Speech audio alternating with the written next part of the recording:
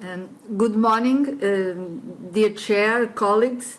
AI has a great potential to promote gender equality, provided that conscious and unconscious bias are eliminated.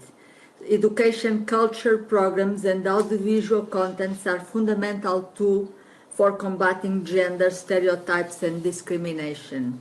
So, in the draft opinion, I have pointed out in general that women are significantly underrepresented in the digital sector and especially in artificial intelligence sectors.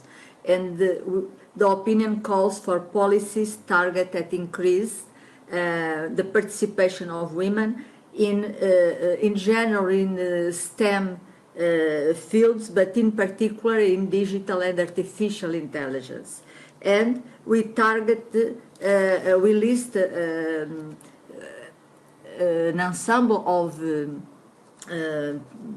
measures that should be taken in order to improve this participation.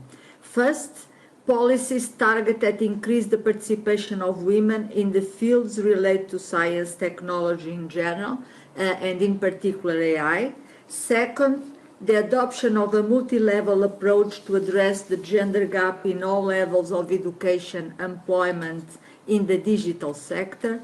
Third, the need to take into account artificial intelligence from the gender perspective when developing policies and legislation, and if necessary, adapt current legislation, including EU programs.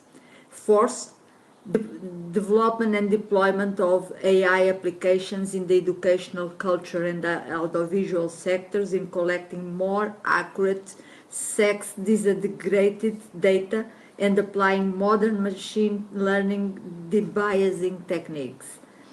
Lastly, we need diverse teams of developers and engineers working alongside the main actors in the educational, culture and audiovisual sectors in order to prevent bias that are sometimes unconscious bias. This is a very important point. We really need to have diverse teams working, both in terms of gender and also that contains other minorities.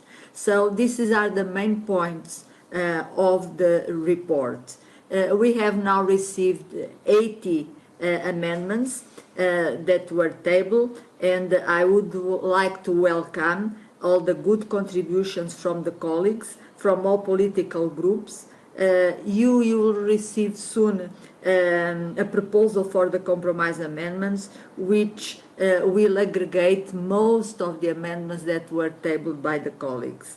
And I only would like to recall that we have to respect the mandate and the scope of the opinion and not to go out very much of this scope.